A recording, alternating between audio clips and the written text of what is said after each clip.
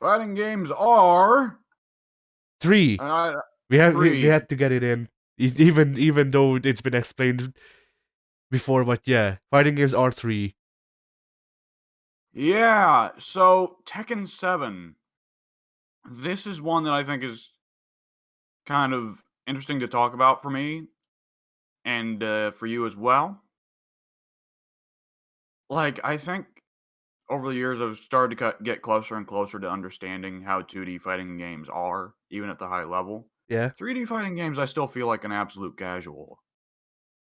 I'm kind of the opposite way. But then I spent a lot of time, like, I spent all of the time that Capcom Fighting Jam was happening playing Tekken. So Yeah, so was everybody in their right minds. yeah, that is true. Uh, so Tekken 7, you say that you think Tekken 7 is the best in the series, correct? Well, I think that the best package overall is Tekken 5.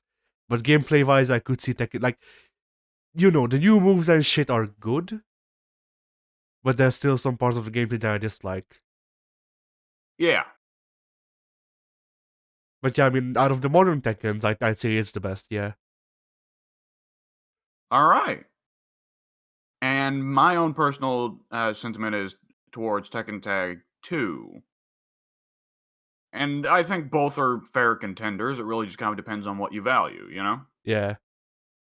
Because, I mean, Tag Which is, 2 obviously lacks Seven's new fighters, and Tekken Tag 2's fighters that Seven hasn't implemented are mostly palette swap characters like Tiger, you know?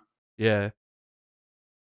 But it is funny that we take these stances because usually you're the gameplay guy and I'm the roster guy.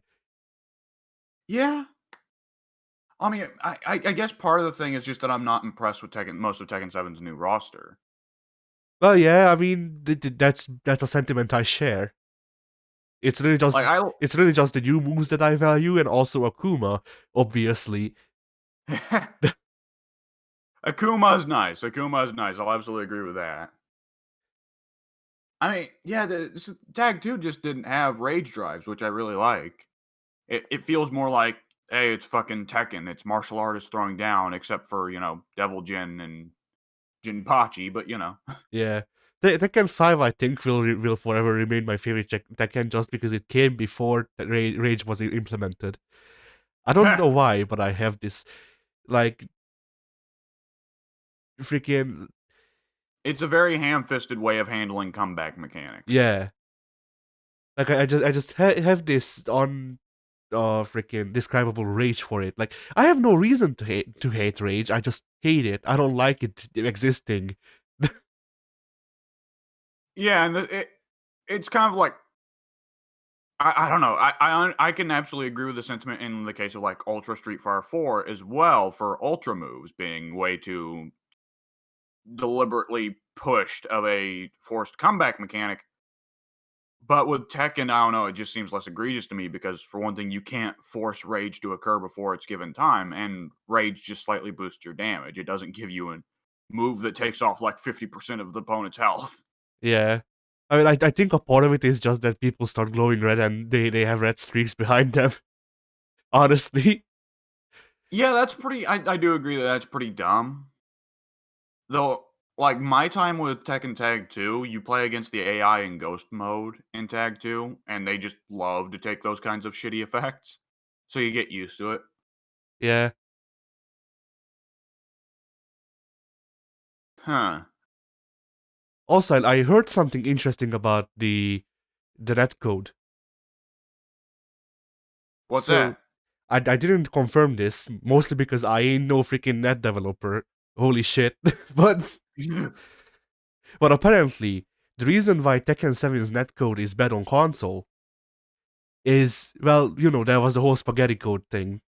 But Yes. also, apparently, um like, rollback is hard to implement on a 3D game because the current gen, which is like PS4 and Xbox One, the current gen console processors can't handle the freaking processing power it would take for rollback to work properly on a 3D game, or on a 3D fighting game. I always wondered why Tekken was so popular on PC. So yeah, that's why it's probably better on PC.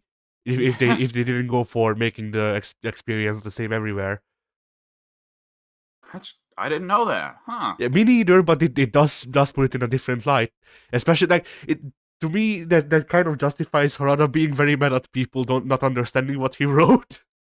Yeah, Because like he's trying to fix it by all of his power, but like software hardware limitations exist. There's only so much he can do. yeah. Which I mean, taking it out on the fan base would not be a smart way of handling it. But Harada, it's just Harada. You know, it is Yeah, what it is. He's very blunt, which can come off as very rude to a lot of people. yeah. Harada adjusted to Western standards pretty easily, but not necessarily Western like public figure standards yet. Yeah, Although he tries sometimes. yeah. And, you know, like, whatever we say about Harada, at least he's better than Michael. I don't know who Michael is. Murray. I don't know who that is. Uh, the new Tekken team project lead, I think he was Harada's assistant for, I don't know, like the past 15 years. And dude like took over Harada's role on the Tekken team after Harada got the new job. And he tried speaking to people like Harada did, and it didn't work out. So I think he might have even deleted his Twitter once for like 2 months because people kept asking him about stuff and he just couldn't take it. Heh. And then he tried setting up a dev stream so that he can talk about people, but then it was weird. So he set up a dev stream where he would talk about the development of Tekken with the fans, but if people clipped it, then they would get banned. Shit like that. So like as bad as Harada can get sometimes. At least he's no Marie. Yeah.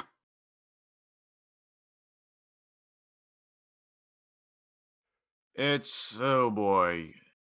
Yeah. Harada's pretty like I don't really complain about Harada because Harada's a pretty good icon to have for your development team. Like I struggle to think of many that I can complain about other than Ono, and like I love to complain about Ono and blame him for everything that's went wrong with Street Fighter. At the end of the day, I don't know what goes on behind closed doors. Pink, you took so fucking long that me and Addy have started recording fighting games are. So congrats, you didn't have to sit here for this. Oh, nice. I always wanted to be a part of these. It's like, I'm just so fond of fighting games. Yeah, Yeah. knowing And that you joined for a fucking fighting game you don't play, Tekken. oh man, I just love me some Tekken. Do you love the Ken's fighting games? I don't know what that means. Michelle Rodriguez showed up to the Game Awards once, very, very, very drunk, and referred to Tekken as Tuckin. Drunk Michelle Rodriguez is the best Michelle Rodriguez. Something is the only Michelle Rodriguez. Vin Diesel was drunk too, but we don't talk about that as much. It wasn't as funny. Yeah. He just kind of stood I don't there. imagine he'd be a funny drunk. He seems pretty mellow. Yeah. But So, yeah. what was I in the middle of talking about? Oh Oh, no. yeah. Oh I no. blame Ono for a lot of things with Street Fighter, but like I don't know what goes on behind closed doors. And at the end of the day, he didn't have a completely shit track record because Street Fighter 4 is pretty good. It's just that out of the 3 fighting games that are easily identified with him, Street Fighter 4, Street Fighter 5, Capcom Fighting Jam, one of them was an unmitigated disaster, and another one was a mitigated disaster. Yeah. Oh man. So Harada's pretty good, and Harada's very fun to have on marketing because Harada comes out and he just does his Harada things, you know. Yeah. Like even as a non-Japanese speaker, I enjoyed watching the Japanese game devs roundtable or whatever they called it, because Harada was shitposting through the whole thing. Like Harada just printed out a picture of Ono and put it up to the webcam because Ono wasn't there. I forgot about that, but yeah, you're right. dude. Oh, jeez. Like, you know, he he made like even though he was I've got to assume he was professional because otherwise the other people would have left. But like it's I appreciate that he can be professional and also do shit posting at the same time and do both with a straight face. Yeah. Like Harada is probably the freaking the fighting actually the overall game dev that I talk about the most because I just really appreciate Harada. Even if even if he does mess up sometimes.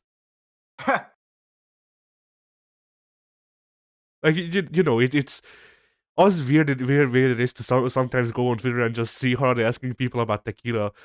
Like it just shows that he's a person.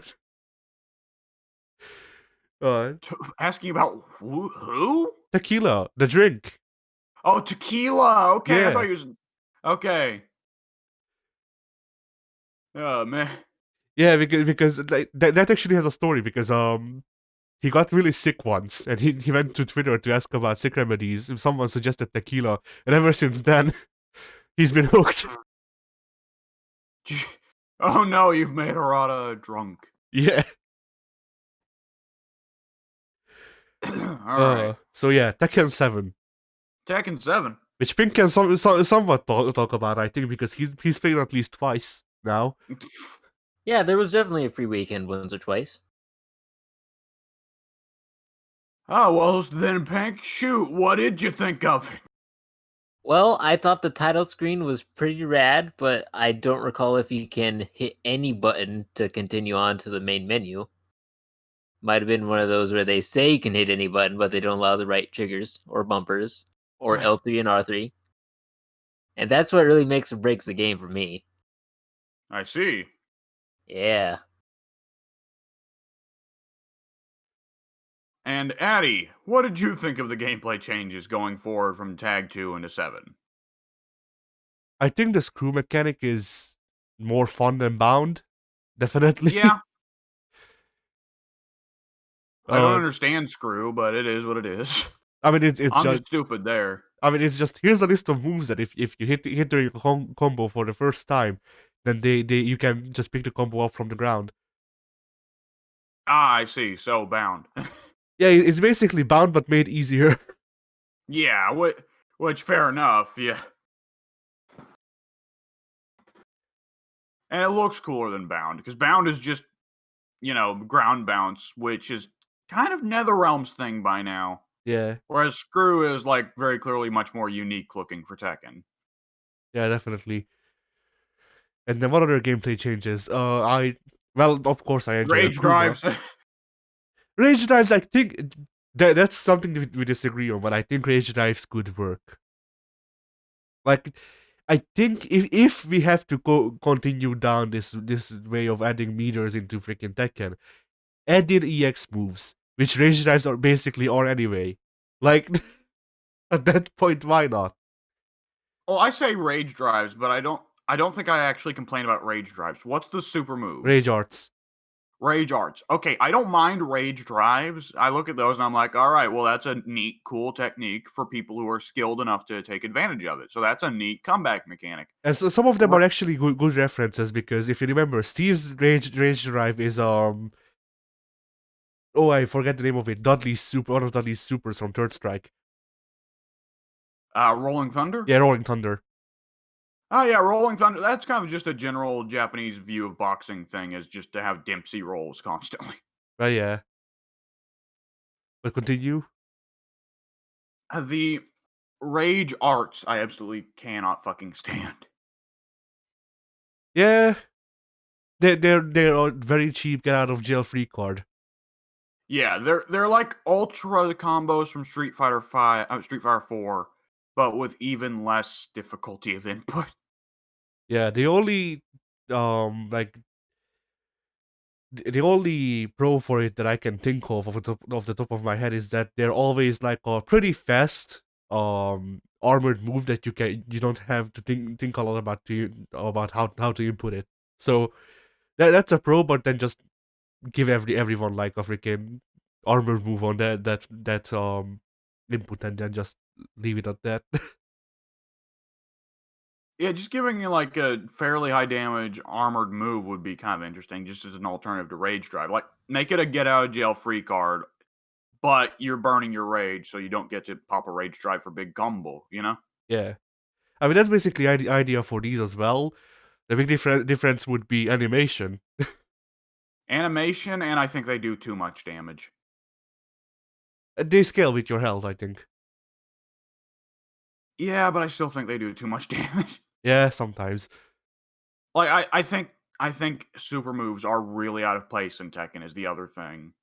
Because Tekken, to me, like, fundamentally has been, these are somewhat realistic martial artists throwing down, and there are some crazy superpowered fuckers at the end, Devil Jin or, Jinpachi. But most of them should be like regular Kazuya, regular Heihachi, King, fucking whoever like 90% of the roster, regular Kung Fu man. Kuma. No. Yeah, exactly. Like Kuma's just a bear. He's just a bear. He's not even a superpowered bear. He's actually pretty weak for a bear, honestly. All Like things Kuma, considered, yeah. like Kuma works well as an oddball in the roster because he is like, holy shit, I can play a bear, but he still fits in fits into the grander idea of just martial artists throwing down because Kuma is still just relying on punches and kicks. Yeah. He's not just a bear; he's a kung fu bear. That's the thing. Yeah. I love that they gave Kuma several of Heihachi's moves, like the hunting hawk. I'll never main Kuma, but Kuma is always a Tekken game without Kuma just isn't Tekken, you know? It's a good thing Absolutely. that they've I all just had. googled a tier list. Why is Kuma 4 spots ahead of Panda? That's a good question. I didn't know there was a gameplay Big dick difference between Bear dick energy. bear dick energy. Jesus Christ. I wonder if there's a tier list difference between Christy and Eddie in Tag 2. Maybe. There would be hitbox differences, so maybe. And she has different throws than he does. Oh yeah. I'm looking that up now because I'm curious. Oh, event hubs. Event hubs is not the most reliable one to go with, just because event hubs, it's like characters cannot be at the same tier on event hubs tier lists. Is the problem with the event hubs tier lists? Mm-hmm. Even if Akuma and Panda are actually equal, they still, like they're going to rank Kuma higher just because they can't share the same spot. Okay, I'm looking at a tier list for Tekken Tag Tournament 2. I don't know who made this, but yeah, they did put Eddie and Christy right next to each other, so the differences are probably insignificant. Oh man. Speaking of which, when are they gonna fucking bring in Christy? Never. The DLC selection for Tekken 7 has been phenomenal, by the way. I don't have any of them, but I want to have. Yeah. Like it is a good way to sell DLC that when I load the game up and look at the character section, I'm like, oh geese, oh Armor King. Yeah. Having the characters right there it taunts you. It does. Yeah. You can't want what you can't see, and so all their DLC, it's front and center. Yep. Although I remember. I do kind of wish one season pass wasn't $100. Yeah, that's pretty crazy. It's not 100. It's just fucking 30. It doesn't help that season 1 comes with like. Doesn't season 1 come with like fucking Tekken bowling? Yeah. Like, I don't want to pay for that shit. I'll just I wanna pay for that shit because freaking the game has no offline freaking single player modes. I'll take the Ken bowling. I'll make Akuma the biggest bowling champion the world has ever seen. I guess. Oh man. I'd watch that anime. Geese Howard should have powered up bowling because he does the Rapukin at the same time. Oh yeah.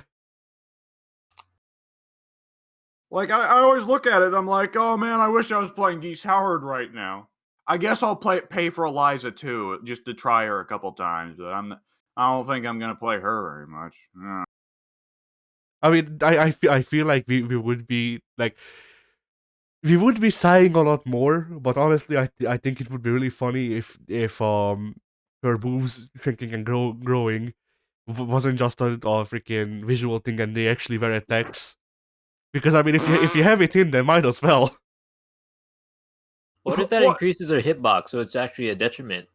It is. Pink, you're right. That is in the game. What? I don't understand why. Jog my memory. What is this thing with Eliza and breast expansion? So from what I remember, it may be wrong. They might have patched it out or something, but at least when she was released, from what I remember, it was supposed to be the thing where if she fell asleep, you have a command to fall asleep, and if she fell asleep, then her breasts would change size. No clue why. There was something like that in Overwatch during the beta when Widowmaker would use her ultimate, her ass would blow up.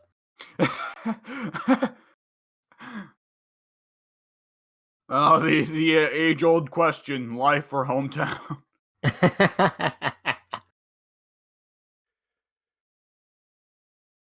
The difference is Widowmaker's thing sounds like a bug or one developer stuck it in as a joke.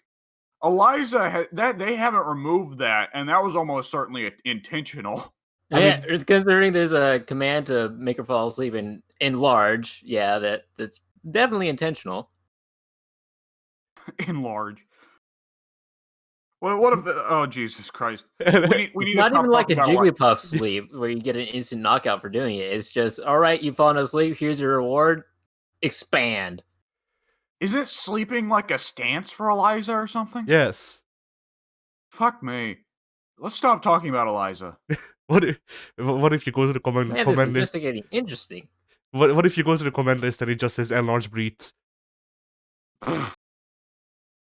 It'd be funnier if it just said enlarge. It didn't say what it enlarges. And then you're like, oh, I want to try that move out. Maybe Eliza gets bigger fists or bigger legs like Martian Manhunter. and then Eliza turns into the inflation fetish character. She has King's fucking body check move, and it gets stronger depending on the size of her boobs. Yeah.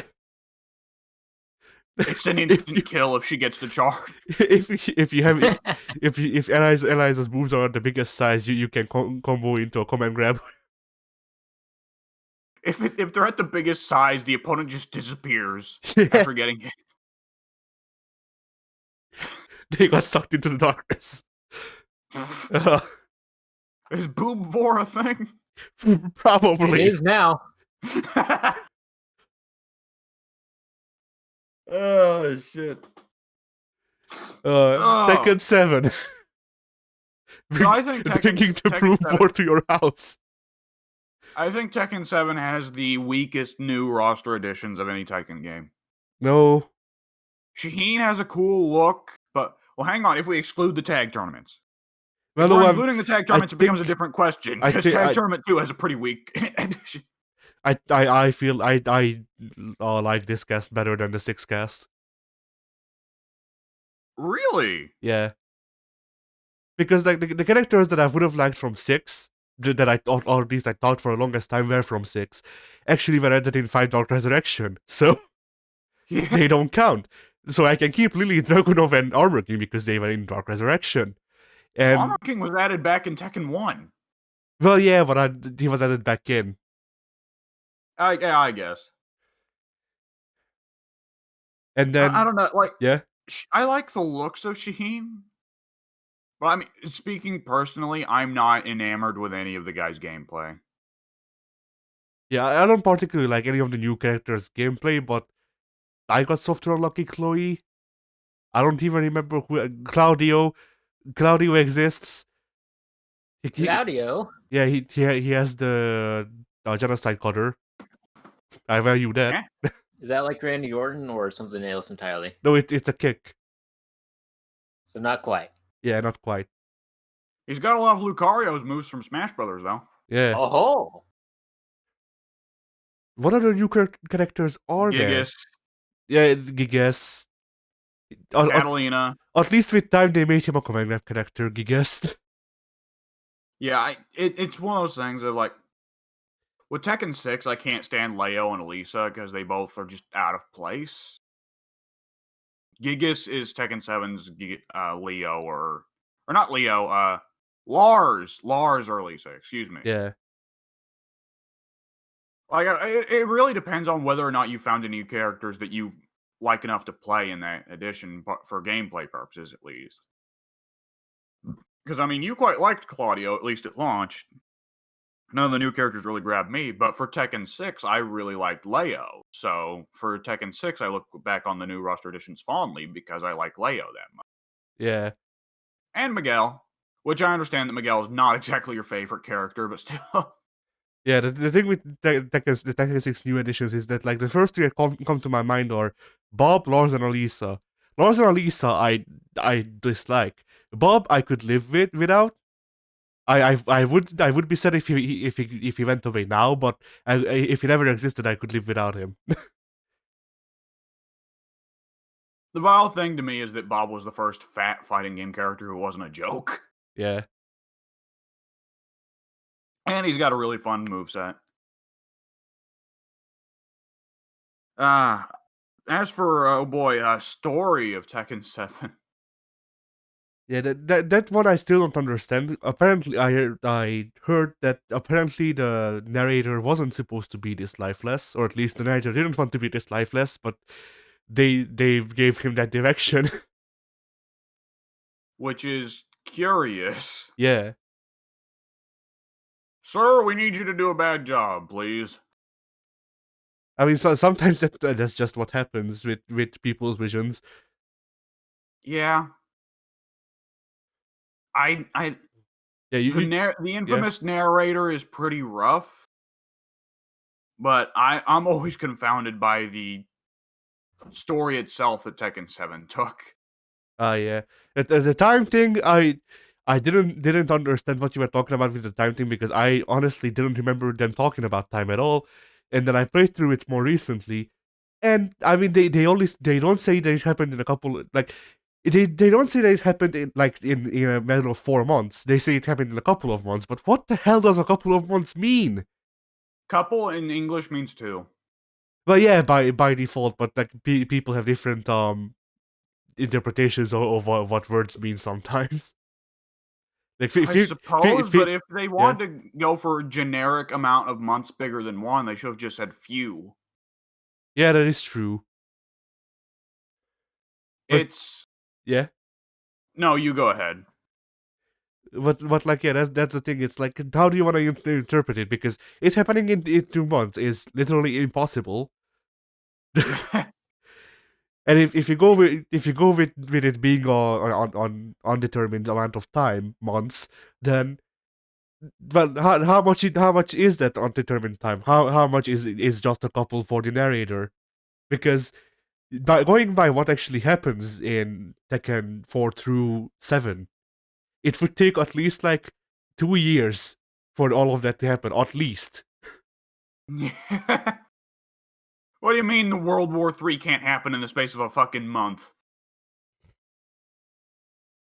Okay, let's clue Pink in on this. So Tekken 4 comes out, it's got major story beats of Kazuya's back from the dead, and Tekken 5 comes out and it's like, oh, Heihachi's dead, but no, he's actually not. Tekken 6 comes out, Jin starts World War III and then kills a crystal dragon demon thing, and now Tekken 7's out. And each game, there is a Tekken tournament that is assembled for the purposes of the plot. And that's part of the whole thing of Tekken is, oh, the Tekken tournament. So you kind of imagine the Tekken tournament being a thing that assembles once a year, right? And Pink's dead. He can't hear us. Okay, good. Okay, well, but the thing with the tournaments is though, like they already have hinted at them not being a yearly thing, because people were surprised by a tournament happening so early in Tekken 5. And also, I think Tekken 5 and 6's tournaments were technically not legal or something, because 5's tournament was freaking started by Jinpachi, who came back from the dead. And then Tekken 6's tournament was actually not a tournament, it was Jin killing people. So yeah. Are dead people allowed to start tournaments? Apparently. I guess so. But it definitely there was definitely a change from Tekken 1 and 2 happening. Not we don't know how close together, and then Tekken 3 is like, oh, 24 years in the future. There's a bit of a difference there. Yeah. And then suddenly, like every Tekken game that's come out in the last 20 years, oh boy, all of these occurred in the space of 4 years? Well, 4 months, maybe? Maybe 2? Who knows? And we're not even getting into how the plot, like, the way Tekken 7 frames its story makes it sound like it's this deep plot of intrigue, a Byzantine web of schemes. And the entire story basically boils down to Kazuya blows something up. Heihachi responds by blowing something else up. Back and forth for a while. Akuma is also there, and he's like, Kazuya, you motherfucker, I'm coming for you. And then Kazuya throws Heihachi in a volcano, and then Kazuya and Akuma fight. That's the story. Yeah, basically. And it's kind of generic, and it ignores 90% of the cast. Yeah, I wish I They're just wish hired extras that they gave a bit of more of a role in the game mechanics. I still wish that freaking NetherRealm storytelling didn't get so big because it either makes half of the cast jobbers or just straight up ignores them. So there's no winning with a cinematic story mode in fighting games. Let's just do arcade modes again. Those were fun. They don't grab casuals nearly as well cinematic story modes do. I mean, you can just make the arcade mode cinematic. They used to do it in Tekken 5. That costs a lot of fucking money. I mean, Like, yeah, I don't. Yeah. No, go ahead.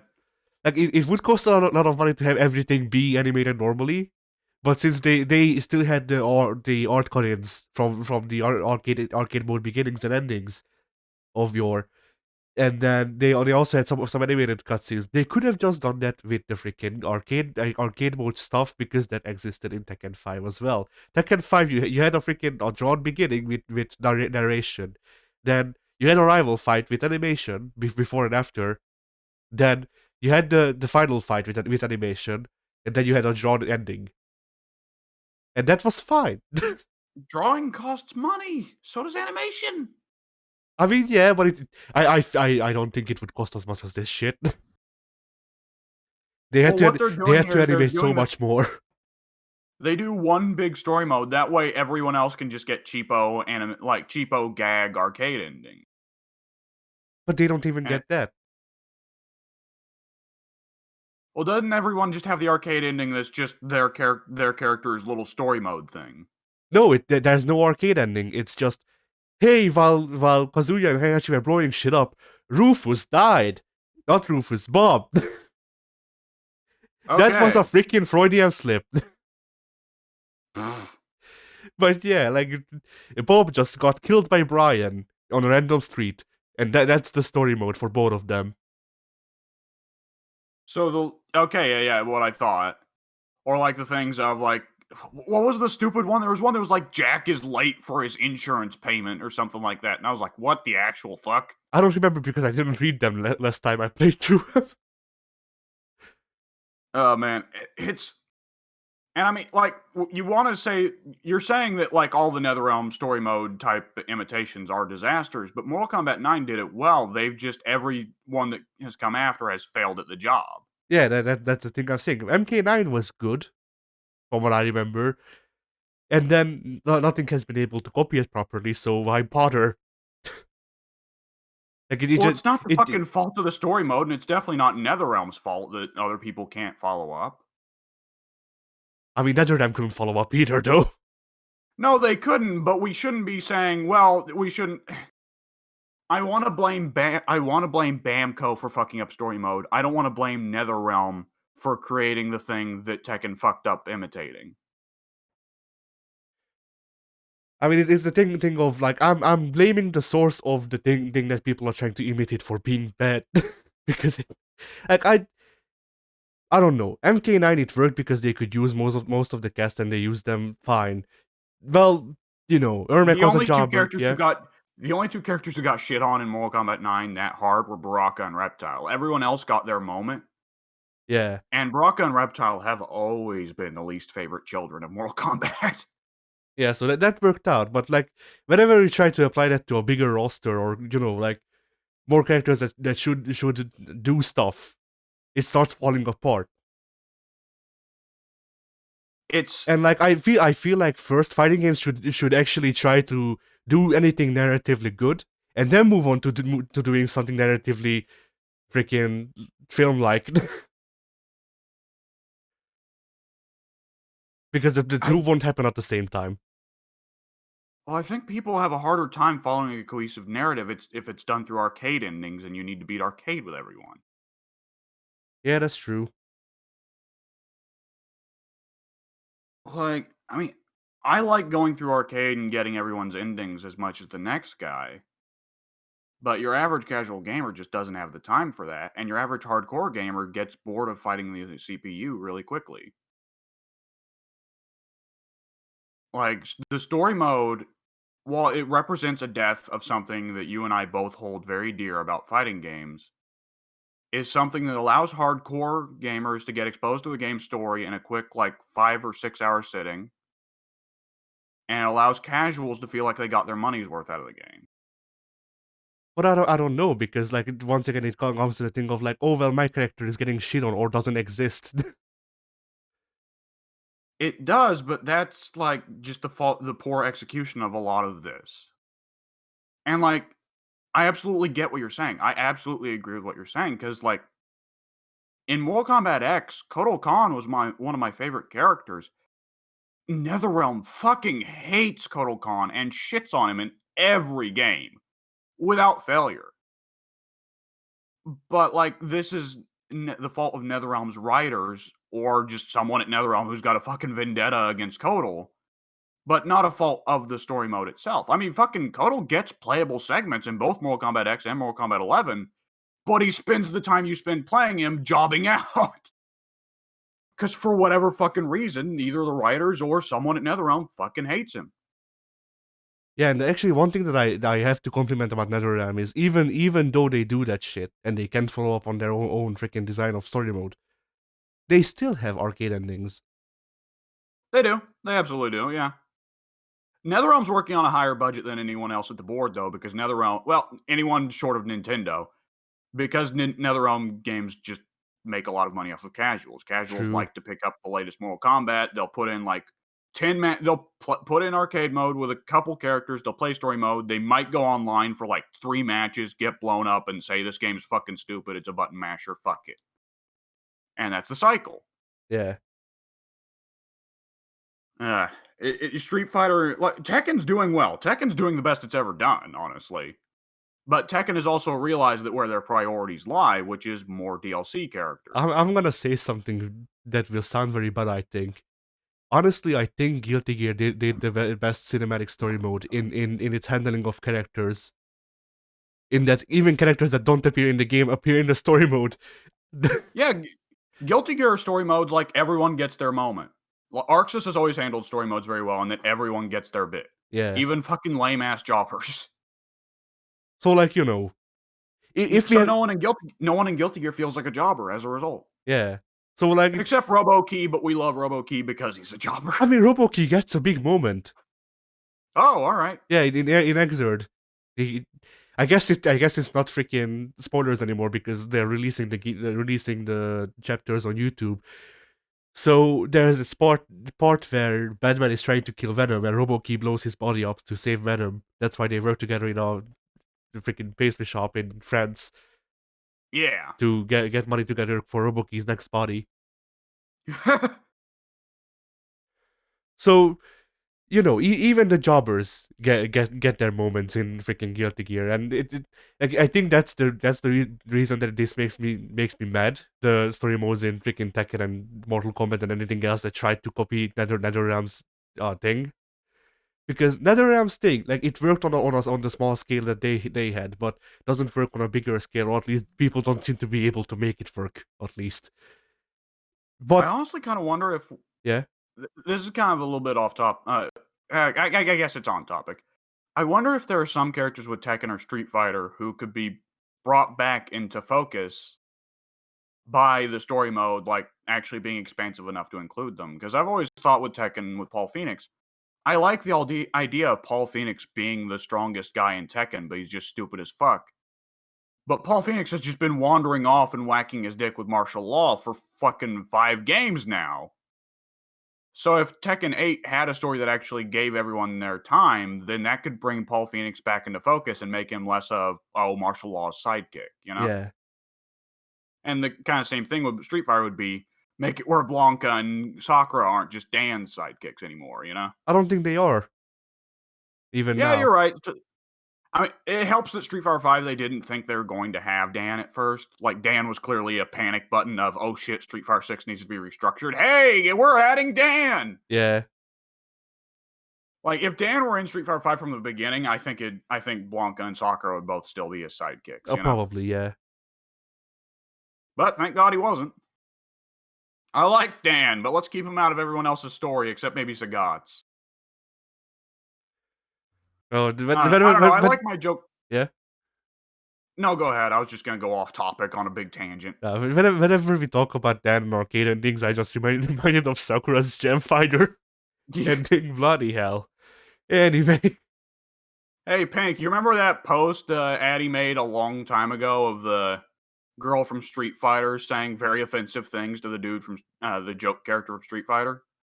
I think so. Let me repost it to jog your memory.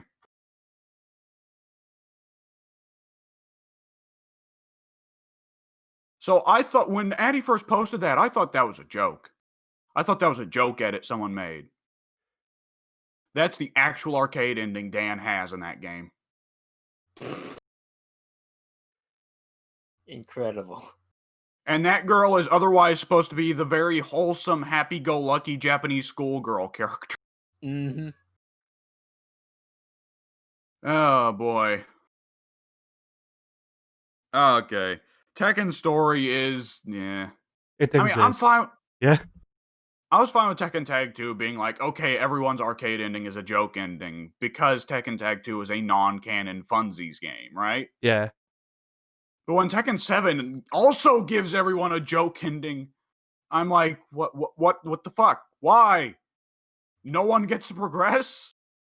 No, only Horang and people with Mishima in their name. Yeah. Well, I guess doesn't get to be even Horong doesn't get to be involved in it anymore. He just lost his eye. That's all that happened. True. But that's more than most characters. Okay, no, that's a lie. There's 2 characters that progress that don't have Mishima blood in them. Nina and Steve? No. Well, okay, 4, I guess. Then Nina and Steve as a pair. Freaking Horang loses an eye. Eddie Gordo becomes Lucky Chloe's dancer. That one makes sense though. But it's against his wishes. Oh. It is forced on him. Yeah. No, Lucky Chloe has only started her enslavement of mankind. He's first. And the reason I know that that's canon is because in the Harada posted a picture of a lot of characters just talking on Zoom or whatever. And that picture was great, by the way. Yeah, and behind Lucky Chloe is Eddie in a Vader costume. So that's canon. I was really fond of Gen Ryu trying to make a heart with Julia. Julia, and Julia is just like, oh god. Not again.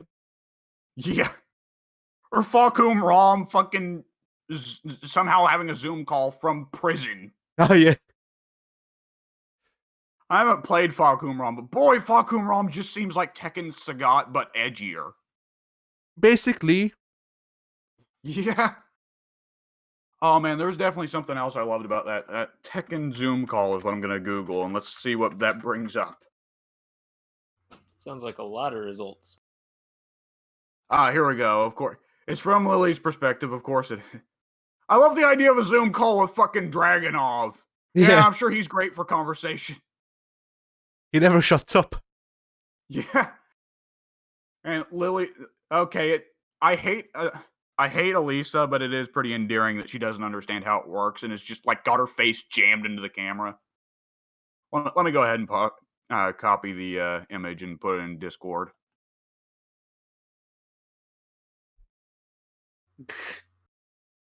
Is Asuka naked? Maybe. Boy, they're just doubling down hard on her and Lily having it going on, aren't they? I suppose so. Also, if you look behind Shaheen, Harada is there. He came all the way over to the Middle East. Yeah, people. I don't remember when that he first got drawn like that, and people have been asking him to actually dress up like that. Like people from the Middle East have been asking him to dress up in their outfit.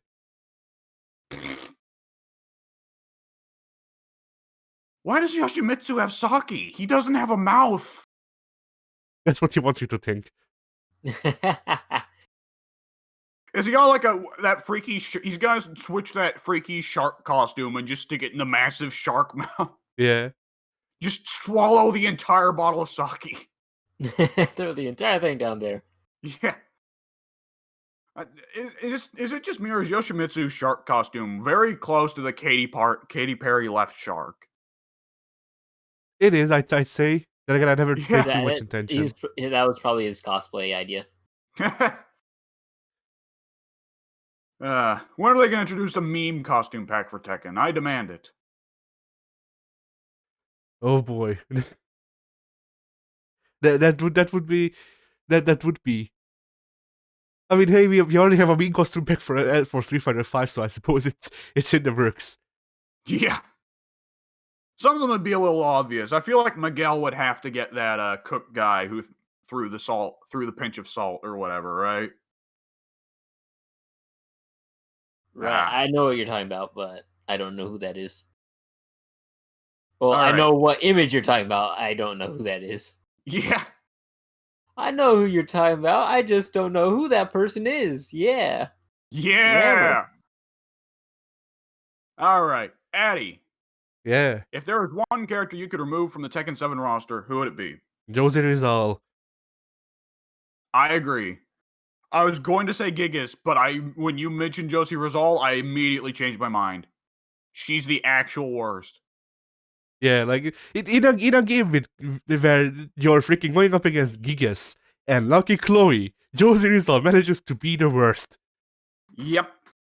To put things in perspective, hey Pink, Tekken used to have a character named Bruce Irvin. Bruce Irvin, who was fairly cool. He was a tough guy Muay Thai fighter from, like, I guess his whole thing was he was supposed to be from a rough neighborhood. And his story he didn't really have a story most of the time. And like Tekken 2, they kind of left him with a story of like implying that he was in a plane crash and had to resort to cannibalism to survive, but they didn't really focus on it for some reason. Anyways, he was cool and he had a very fun moveset and gameplay cycle, but he never really had an interesting story. So in this game, they got rid of him, but gave his moveset, his identical moveset, to a new character named Josie Rizal, who is Filipino. The most significant historical figure in Filipino history, by the way, is a guy named Jose Rizal. Right. So, yeah. And also, her entire gimmick is she just starts crying for no reason. She compulsively cries. Like full-blown sobbing. Oh, and of course, she has gigantic boobs. So, they're like, oh, well, this character's got good gameplay. Let's drop him and just put him on a waifu. And here's the thing. The plan. Bruce was my favorite character. So, the past 5 years have been years of rage for me. I can't believe they stuck boobs on this moveset. Boobs Tekken, and why? tears! I could deal with the boobs, but the tears, that's the part where I draw the line. Yeah, that's the reason I dislike Josie as well. Like, Didn't Fergie say big girls don't cry? What the heck, Tekken? Well, she's short, but okay. Fergie's father did say if you ain't got no money, then they take your broke ass home. Her father Oh, told him man. so, or her, whatever. Who cares? Look, I come from a country where they speak a language where there is no freaking like sex-based pronouns. Sometimes I get mixed up. Yeah, it's one of the weird things about language. And some languages, everything is sex-based. Yeah. All right. If there is one character archetype you think is missing from Tekken, what is it? Are there Good any question. sumo wrestlers? Yeah. Well, they added Armor King, so now there are a lot of wrestlers. And Julia. And there are sumo wrestlers, yes. Yeah. What about old men? There have to be old men. because They it's they have Tekken. died. They're all dead Yes. by Well, hang natural on, causes. We got it. Yeah, actually, yes, Wang Jinrei did die of natural causes, but he's got a replacement in the form of Leroy. Yeah, Wang Jinrei died due to natural causes. Jinpachi died due to Kazuya, and but Jinpachi died again due to Kazuya. I don't know what killed him first, but yeah, and Heihachi is freaking MIA. Oh no! So there's still hope. I mean, Yeah. Heihachi is undying. He will come back. It's just a matter of time. The face of a franchise. He's not going anywhere. And boy, what a face to have. Yeah. What a hair to have. Oh. I'm If there- surprised they didn't put him in Smash Brothers, to be honest. I am too, but I think they figured Pac-Man was a better representative for classic gaming. True. Well, Heihachi is in Smash Brothers. He's one of the taunts that Pac-Man can do. Right. He was in PlayStation All-Stars too, so I don't think they want much overlap. Nintendo's yeah, staying got that far away game from system. that. Yeah. Okay, But if yeah, there's so- one, I didn't there's answer. yeah, Last but question. I feel like with how big each Tekken character's moveset is, that was kind of a bad question. I mean, I suppose. What archetype do you think is missing in this game of 50 characters where each character has a moveset of over 100 moves? Air dashers. Noctis, whatever Caleb doesn't count. Isn't his What? name Noctis Lucius Caleb? Noctis Lucis Calum, yes. Man, what a name. Yeah, it's Japan being like, man, Latin is cool. Let's throw out random Latin words. All right.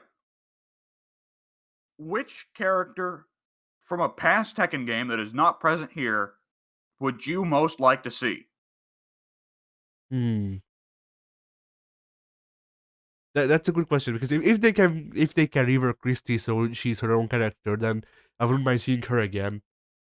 But if they can't, then I guess Baekdo-san. All right. Yeah, Bakuto-san doesn't really have an equivalent here. He's got Horong, but Horong's very different. Yeah, Horang isn't the same. All right. And with the vast variety of crossover characters in this game, so you and I have both had two candidates that we've talked about consistently. One that's more realistic and one that we just want. Yeah. So the immediate two answers that need to be said is, we think Kiryu is a fairly likely answer, and of course we want him. Kiryu from Yakuza. And Addy, you've been very vocal in the past about wanting Rugal Bernstein from King of Fighters. Yes, because why wouldn't I want the actual CVS at this point? If Yeah. Capcom will not give me CVS, Bandai will do it. Yeah. But keeping in mind the wackiness of the picks like Noctis and Negan, hit me with a completely fucking wacky pick A completely wacky pick. I mean, that you would it's actually unironically want. alright. I say it's pretty obvious. Date Masamune. He would be so No. wacky because he has freaking swords. And because he's from like an entirely unexpected franchise that has no like legacy in the West, or very little legacy in the West. Yeah. So That's a solid pick, yeah. yeah. And who would I you don't pick? even know who I'd go with. Reptile, fuck it. Sure. Not even an iconic Mortal Kombat character. Let's bring in the fucking jobbers. Where's Tremor? Oh boy. I Hopefully fucking hate dead. Tremor. I don't hate Tremor. I'm fine with him existing, but I don't like playing Tremor. Yeah, I don't like playing Tremor. I don't like Tremor taking up an roster slot and work Yeah. time. Oh man, like, who's the lamest fighting game character we could throw in there? Not even like a fighting game character that gets vocal hate, but just a what the fuck? 12. 12 would be a big one. 12, I think, would be a meme. Yeah, 12 would 12 be would too be a much of a meme. meme.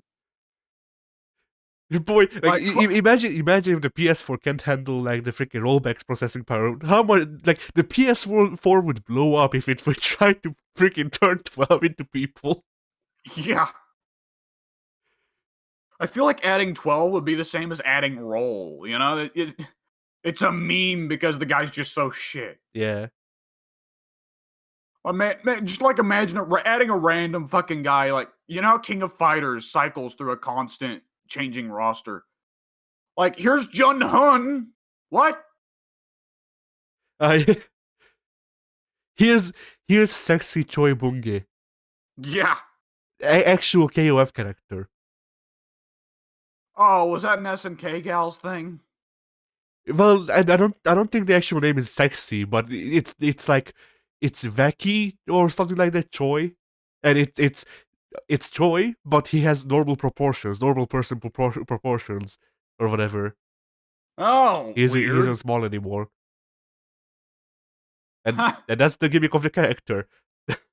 So it's Slim Choi. Yeah, basically it's Sim Choi. Um, And what other stupid freaking game? Gone? like I have a hard time thinking of a more off the wall pick than Negan. Like the moment Negan was added, everything went out the window. You know, John Cena. it would be like the next Tekken 7 DLC character, Hamlet. Yeah. Hamlet, yeah. Like what? Hang on. You know, I'm going back to my thing for a bit. I'm sorry for cutting off the discussion, but like, I No, don't it's think fine. That discussion was going nowhere. I don't think I'll ever look at John Cena the same ever again since I've heard him describe himself as the three-decked demon. Actual John Cena lyrics.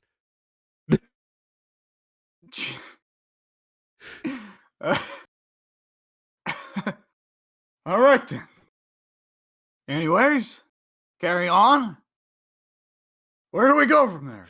I don't know. Favorite Tekken 7 stage? That's a good question because most of the stages are pretty forgettable, but I like Forgotten Temple, I think it's called Akuma stage because, well, obviously Akuma, but I also just really like how the aesthetics basically. Yeah, that one's a good one. That one's a very good one. Isn't there like a hell stage?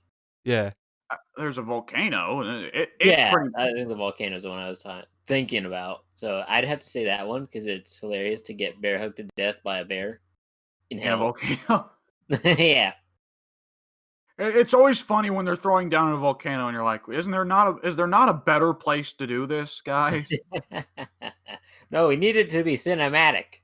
Yeah. that's why there's like 5 kilos of film grain on the screen at all times.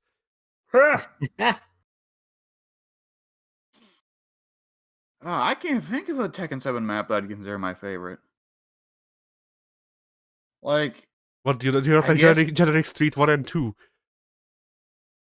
you know what? I like the one that you're on the rooftop in the middle of a big battle, and there's like fighter planes fighting around you and shit.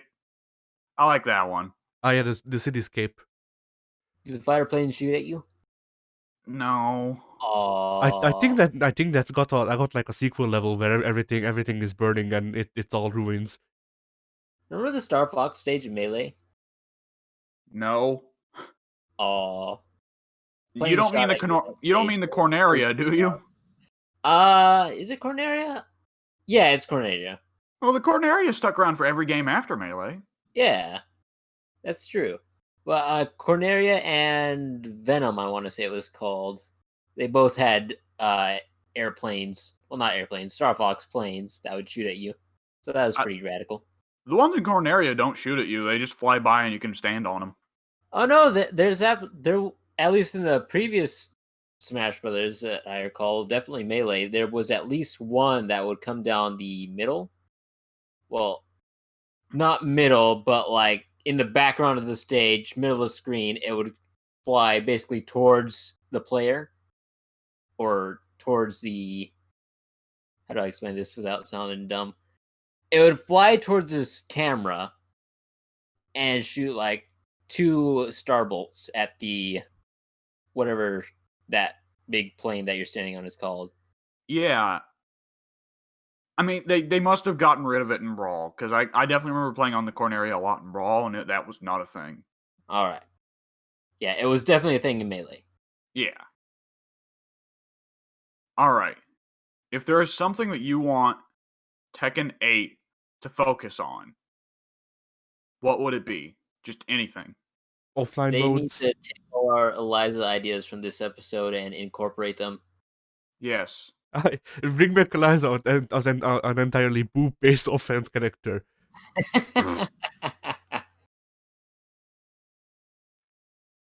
Don't even give her like any normal punches or kicks. Like all her attacks, they are entirely dependent on you enlarging yourself and shimmying your titties in the general direction of your opponent and trying to smack them. Eliza's gimmick goes from being a 2D motion character into being a physics-based character. Yes. Oh, Christ. All right. Oh, that's Tekken 7. Yep. So why What? was there bowling DLC? Why wouldn't there be bowling DLC? I don't know. It just I didn't imagine bowling and fighting games went so well together that they would spend resources and money on an entire bowling subsystem as DLC, mind you. People complained about there being no like offline modes aside from versus because there genuinely aren't, and they were like, okay, pay up. All right, people are complaining. I've got an idea. Let them bowl. Ghost Battle is a shit ton of content. It's just that the rewards for it aren't as good as they were in Tag 2. Ghost Battle is boring. That's the biggest issue of Ghost Battle. It's boring. The extra battle types aren't refreshing. They're annoying, if anything else. The extra battles are definitely pretty annoying, but I think it's a solid enough idea to just have the player go through a sort of pseudo ranked mode where it goes up in skill from stupid baby fighters at fucking first kill or whatever to eventually Tekken God where the opponent is reading your inputs. Yeah. I mean, it works for one mode, but it shouldn't be the only mode. And it Well, there is basically a is. story mode there. It just sucks. That's 2 modes for $60. That's good compared to Street Fighter V. I suppose so. I mean, it's one of those things where like with a variety of offline modes, like casuals want to play against the bots and they don't want to play against people because they don't want to be scared. They don't want to get pub stomped. But like I don't know, I feel like casuals just go for Smash Brothers or Mortal Kombat at this point. I mean, And like the thing is, like Tekken had a really good mode in their KOF tag team battle thing, but they didn't even add that, and wouldn't be hard to implement because 90% of it is already there. You say wouldn't be hard to implement, but we don't know what went on behind the scenes for making that. But that is true. But like, yeah, I'm no coder, but still, like it's it would. I feel like it would take less resources than Tekken Bowl. Yeah, but they would have a harder time selling team battle than an entirely new mode. Or well, Tekken Ball is not an entirely new mode because it was back in Tag Tournament 1, but Yeah. a game mode that would have to be entirely remade from the ground up.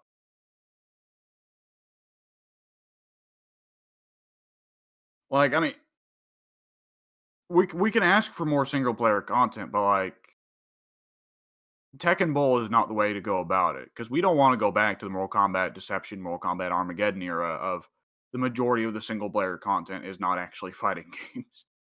Yeah. I feel like we agree on that. Like, it Yeah, gets into the thing of like,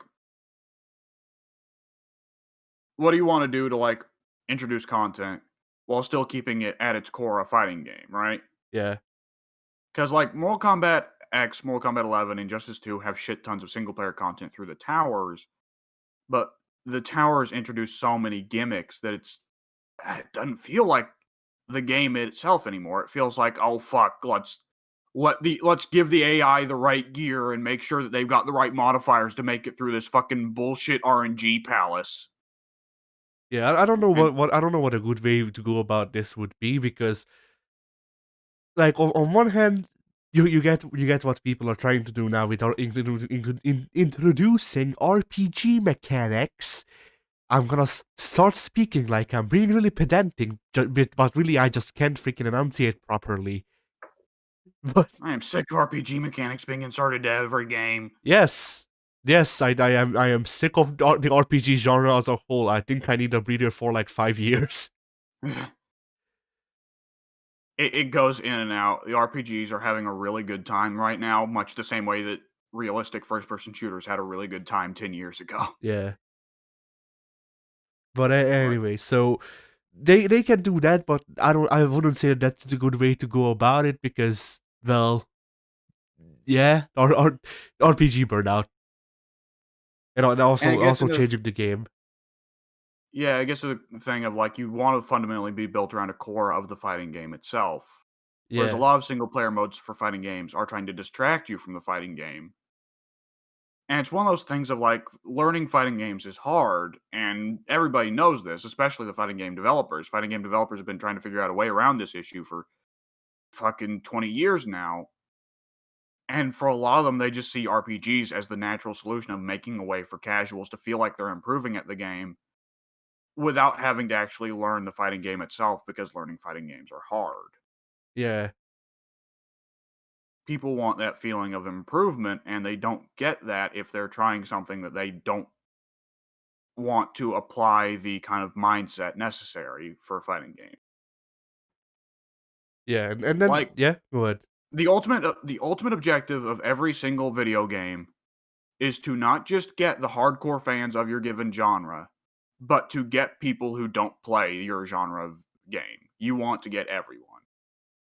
Which is a bad idea in a lot of cases, but it will not stop that is ultimately the thing that sounds best to publishers is I am going to make a fighting game that gets people who don't like fighting games to like it.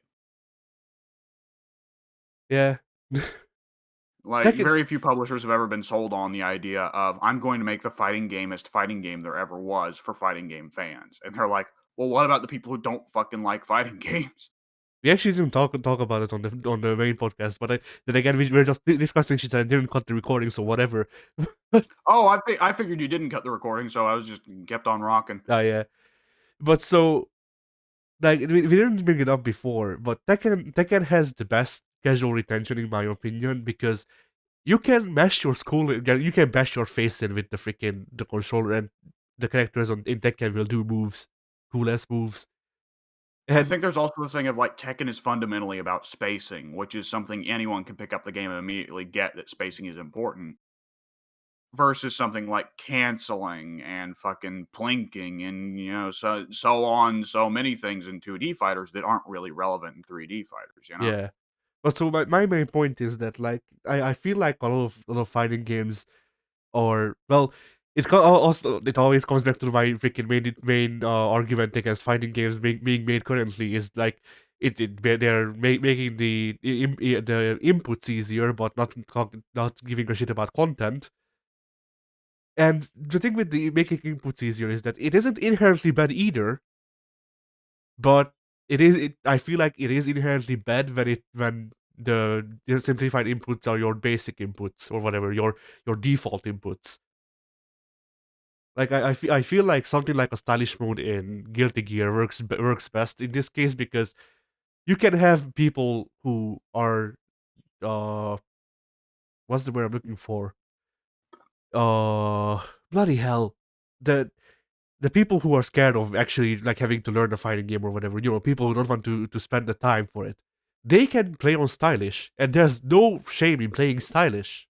So people can have a fun time while not necessarily having to learn the game, and they can still do cool moves. Tekken does this without actually giving you the option, but it kind of feels better because if you know how to do the moves, you can do the moves. If you don't know how to do the moves, you may do the moves. Yeah, it's also one of those things like the constant debate with simplified is a lot of people argue, well, if you learn by playing simplified, you're never going to figure out how to actually do the complex inputs But required for regular mode. that's only if the simplified inputs are shit. Like Guilty Gear had a good I'm not idea, but yeah, I'm not arguing against simplified inputs, by the way. yeah. I mean, neither am I on I argue against the idea of it. Just the way it's being implemented currently, or at least seems to be implemented currently in most games. But It's yeah, there's also a big difference between choices that are removing depth, which is like what Guilty Gear Strive or Mortal Kombat 11 do, and Street Fighter 5, versus stuff like just making it where some combos have less tight of frame inputs, which is also what Street Fighter 5 and Guilty Gear Xrd did. yeah. Like comboing in Xrd is a lot easier than comboing in Guilty Gear X2. Oh, definitely. Yeah. But yeah, so I think the part where Guilty Gear Xr's stylish mode went awry is that like they had a good idea for it, in that it would make it so like pressing forward and punch did like gunflame or stuff like that. That makes sense to me. That works. I feel like people can get used to that, and if they want to, then it's not that much harder to remember. Oh, I press down now before pressing forward. The issue comes in there with like auto combos and freaking uh like changing the normals. That's my Well, biggest issue with the with Exort stylish mode is that it changes the normals, and the normals is the first thing you should learn. So if they're in weird places, then if you learn them in the weird places, you won't know them in the real game or whatever the real inputs. have you ever played with Marvel vs. Capcom 3's simplified mode? No, It changes it so that there's one button that's just a special button, one button that's just a super button. No, I think it's light is now your normal button, medium is now your special button, heavy is now your super button. But if memory serves, the only normals you can use in simplified mode are just the jab. that sounds horrible. Yeah, Just yeah. That's why when I picked up Marvel vs. Capcom 3 for the first time, me not knowing really anything about fighting games and being shit at them, I was I just didn't like the simplified mode because it's like, well, fucking great. I can only fucking smash in front of me. I can't. My limbs are so fucking stubby. I can't reach. yeah, I feel tiny. that's the worst way to do it. Bloody hell. But like if like if Strive came out and it had a normal inputs mode where you still have the freaking like the health circles and shit, and it also had stylish mode where you have your normals. So if you're neutral and press a punch button, then it does a punch. Or if you do a crouching punch, then it does a crouching punch. But if you do, I don't know, like diagonal forward and then punch, which is a tilt in Smash Bros. From what I understand, then that does a special that does like Gunflame. I think that can make sense for someone who's trying to, or some that can make sense for someone who doesn't really want to learn fighting games, but it can still get into muscle memory fast enough. And if you actually do want to learn how to do the proper inputs or whatever, then transitioning from like say diagonal down forwards to down and then forward is pretty easy, or at least it sounds like that to me. But then I don't know, I'm weird. I mean, on some level, with 2D fighting games, there is just kind of like a sheer amount of stuff that is going on at any given time that the ultimate aim of simplified mode, like I'm starting to think like the ultimate aim of simplified mode should not be like providing an easy way for people to learn so much as it is just providing casuals a way to do cool things. Yeah, that's what I'm saying as well. Because I don't know, it's hard to learn fighting games unless you just are obsessive about doing it and look up videos and guides and what have you. Yeah, I mean, that's like I try to consider both people who don't give a shit about learning and people who want to learn or whatever just want to ease into it.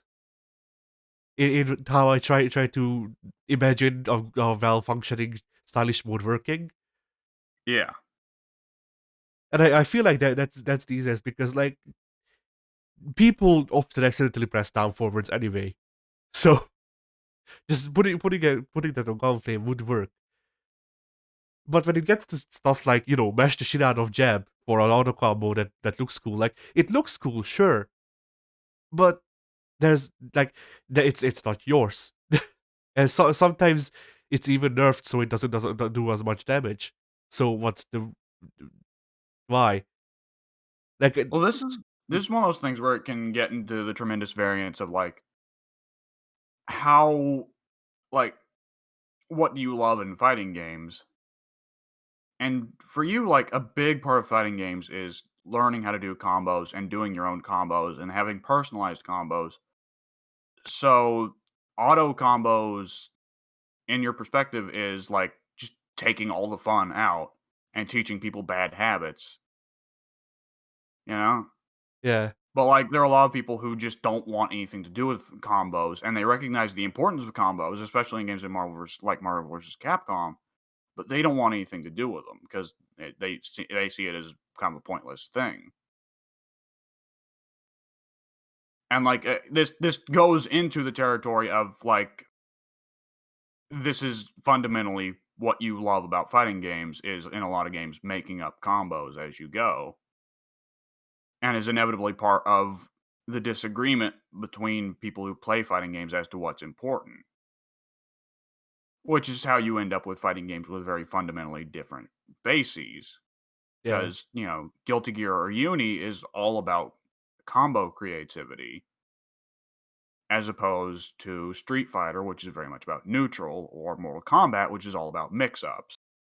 So a person who's obsessive about mix ups is going to be like, yeah, Mortal Kombat, yeah! A person who's all about neutral is going to be like, yeah, Street Fighter! A person who's all about combos is going to be like, yeah, Guilty Gear! But then Street Fighter is like, well, the combos get in the way of the neutral. Or, Mortal Kombat will be like, the neutral gets in the way of the mix-ups. So they'll wind up nerfing it or making it very flavorless or personalityless, you know? yeah. Like, just about everything in fighting games, neutral, mix-ups, combos can all be personalized in a certain way, and the simplified mode is almost certainly going to try and take the personality out, because that's the complex one of the many complex parts of fighting games is, what do I do? What do I do? What do I do? Yeah.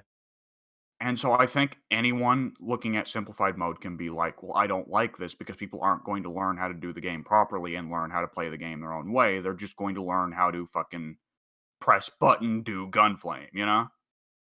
I mean, I suppose, but then like I don't know. I feel like with the way I have it imagined, with just doing it so normals do normal stuff, and then any way that isn't a normal normally does specials could do, like, could teach could without people actually trying to learn how to do links and shit, could actually and end up teaching people how to do links and shit, because it works in Tekken. And a lot of what I think about simplified shit is from Tekken because Tekken does it right. Like, I think my perspective on simplified mode is I want the simplified mode to be there to get Smash Brothers fans who are not going to get deep into the game. They're just going to be like, yeah, fighting games. I'm going to play arcade mode with this character. I'm going to do it with a simplified moveset. But, like, if someone wants to seriously learn 2D fighting games, like, I would say just go with the regular complex mode. I mean, my biggest thing with simplified mode is I want simplified mode to be a mode and not the whole freaking control style of the game. Yeah, that's definitely part of it. Cause Which like, it like yeah, which of course also further gets into the thing of like Guilty Gear kind of trying to change identities more into a Street Fighter style with Strive. And I wonder how related that is to the existence of DBFZ. I don't know, but Because I I mean, yeah. no, go ahead. I was going to say I don't know, but you can remember ever since we've played DBFZ first, I've hated it. Yeah, And I was yeah, in the absolutely. beta for that game. I was in the Yeah, beta. just because DBFZ is similar to something you love does not mean you'll love it. And DBFZ has a lot of reasons to hate it. Yeah. But DBFZ, like, market bloat is a serious problem in fighting games. And like both Capcom and Bamco look at Street Fighter Cross Tekken as being a failure because there were too many good fighting games around in the market at the time. So I can understand Arxis not wanting to have overlapping products in the market at the same time. But the problem is, of course, that Dragon Ball Fighter Z just isn't very good. Yeah. But the other problem is that Dragon Ball Fighter Z has one of the most recognizable IPs in the world. Like, Goku is almost to the level of fucking Superman or Mickey Mouse in terms of being iconic, right? I think he's on point with Superman. I don't think Mickey the same with Mickey Mouse though. The mouse is everywhere. The mouse is in my house. He's threatening me. I can't talk more. Yeah. Like, DBFZ is going to like, if the game is not immediately shit, if the game is like, well, this is very clearly something that a lot of people are going to dislike, but it's also something that's going to hit a lot of people very well, then it's going to see more support than Guilty Gear, because Guilty Gear is technically a better fighting game, but Guilty Gear does not have the recognizable IP, you know? Yeah. In part due to not freaking being advertised at all. Not being advertised at all, being a very hardcore audience associated thing, even if it's some of the games are fairly acceptable to casuals. Having a very, very weird aesthetic that does not appeal to the average mainstream guy who wants games to be very conventional with their aesthetic, you Yeah. know? Yeah. Because your average person on the street is going to see, like, I don't know, like fucking Faust and be like, what the fuck? Why is he so tall? Why has he got a Yeah. bag on his head? Why does his suit look so stupid? Why has he got a giant scalpel? Yeah. I was about to say I didn't realize how weird Scout.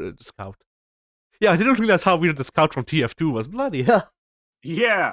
But yeah, I didn't really realize how weird Faust was until I played Guilty Gear Xrd with Goku, and he spent a half a minute just being appalled at Faust's existence. He just like he couldn't comprehend what Faust is. And Like, yeah, Guilty Gear is wacky, fun cartoon land, honestly, with the way its characters are designed. yeah, And like some people just want their designs to either be very baseline Toriyama or very realistic or very edgy or something, you know, or just martial artists. And Guilty Gear just has so much going on with its character designs. My God, you know. I mean less so with the redesigns now, at least according to people. I don't know. I like the redesigns, so I mean, the redesigns of Guilty Gear Strive make the world feel like it's maturing in an odd sense. yeah, Not to say that the game is getting more mature, but rather that the characters are getting older, you know? yeah. And I mean, there's some parts that I just flat out like more than like, or I don't know if I'd say like more, but I don't mind the change, like freaking Chips MC Hammer Pants. Yeah. Yeah, baby. Chip's always had a wacky sense of fashion. Come on. Nobody should be complaining about that. Yeah, He's had fucking wacky outfits since the game one. yeah, And he's one of the more conventional characters. yeah. I don't think anybody's been complaining about Chip's outfit. People have been complaining that Giovanna isn't weird enough, which I don't know. I like She's not Vanessa's. a wolf ghost. But yeah, people are saying that's the only thing that sets her apart from like Vanessa. I feel like she's set apart just because she's not over the top. Yeah, exactly. Like, it's this wacky cartoon land, and here's Vanessa, who looks like just an Italian mobster. Yeah, yeah. The Did only I call her Vanessa? yes, you did. Okay, I think. whatever. Anyways.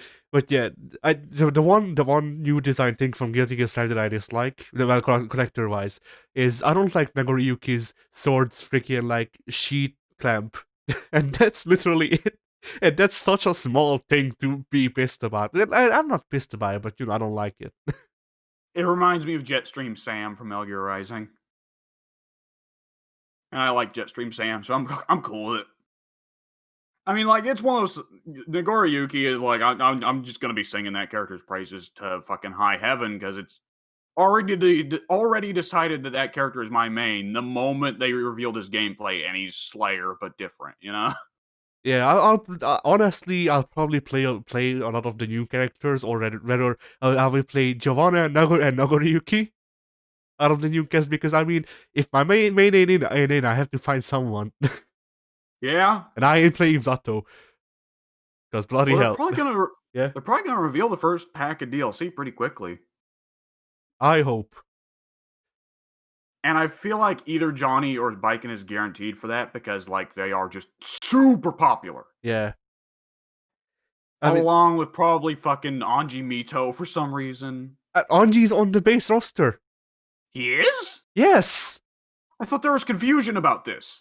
No, I was confused about whether or not they revealed him because he didn't get a full like vignette, and he was revealed. They just said, "Oh shit, we don't have a vignette. Yo, Anji's coming." I mean, like, I don't mind Anji. I liked Anji in XX, so I have some hopes for him. But yeah, Like, I like Anji well enough. It's just that, like, they had to know going in that Anji is not the most popular character, so people are gonna immediately be like, okay, well, where's fucking Biken? Where's Johnny? Where's Bridget? you say that I have yet to see people complaining about Anji being in. Really? Yeah. In fact, I have yet to see people complaining about anybody being in.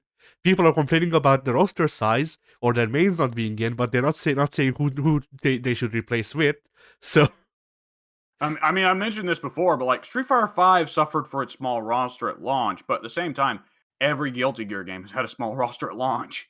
yeah, It's kind of a Guilty Gear given. Oh man, we're just talking about whatever the fuck, aren't we? I mean, who gives a shit? Pink's not back yet, so I mean, we can start the Shut Your Mouth Lounge without him and just talk about what's going up on the channel. I suppose. All right, we better talk real quick about what game we want to go with next. Yeah. Initially, it looked like it was going to be KOF 2002, but the rollback beta has ended, so we will not be able to test it out very well. Oh, Yeah, it was pretty sad. I don't remember. Do you own a copy of Injustice 1? I believe I do. I'd be good to do Injustice 1. KOF 2002 and Guilty Gear XX, we both want to hold off on because both those games are going to get rollback betas pretty soon. Yeah, Or rollback true. implementation pretty soon. Other than that, you just list off a fighting game and I probably own it. I don't freaking know, dude. Sure, whatever. Oh, Let's do shit. Injustice, yeah? Okay, Injustice 1, it is. All right. All right, come back for Fighting Games R later when we do Injustice 1.